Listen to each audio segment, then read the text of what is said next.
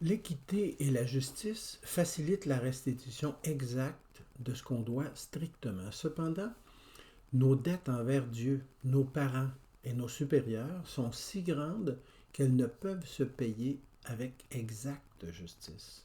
La religion, la piété filiale et l'obéissance permettent de compenser autant qu'il se peut leur démesure et se démarquent ainsi comme des parties potentielles de la justice. Il est d'autres dettes que ne couvre pas la justice, du fait de ne se devoir que moralement, c'est-à-dire pas assez strictement pour faire l'objet d'une loi et réclamer leur paiement devant un tribunal. Elles restent dues, car sans leur acquittement, les mœurs ne peuvent demeurer honnêtes, ni la vertu s'acquérir et se pratiquer. C'est le devoir, par exemple, de se montrer tel qu'on est sans hypocrisie. On y arrive plus aisément grâce à la vertu de vérité. C'est le devoir aussi de dire les choses comme elles sont, sans vantardise ni ironie, c'est-à-dire sans grossir ni rapetisser faits et compétences.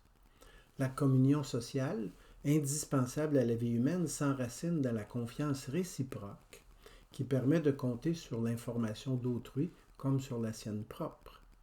Cette confiance se voit forcément attaquée et compromise par le mensonge, que la franchise ou sincérité fait haïr et rejeter absolument. C'est le devoir aussi de reconnaître le bien et le mal qu'on nous fait.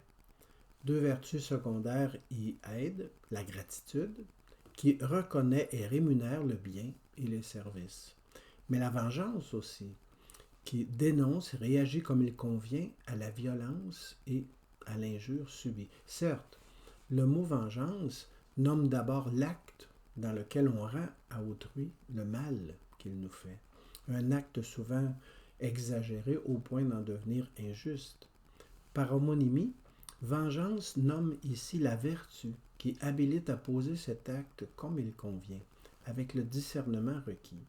Car il n'est pas automatiquement bon, ni pour soi, ni pour la société, de renoncer à la réparation des mauvais traitements, même si la douceur encourage le pardon, tant qu'il aide le fautif à se redresser. C'est enfin le devoir de tenir minutieusement les promesses, engagements et vœux conjugaux, civils et religieux. Ce devoir se voit facilité par la vertu de fidélité.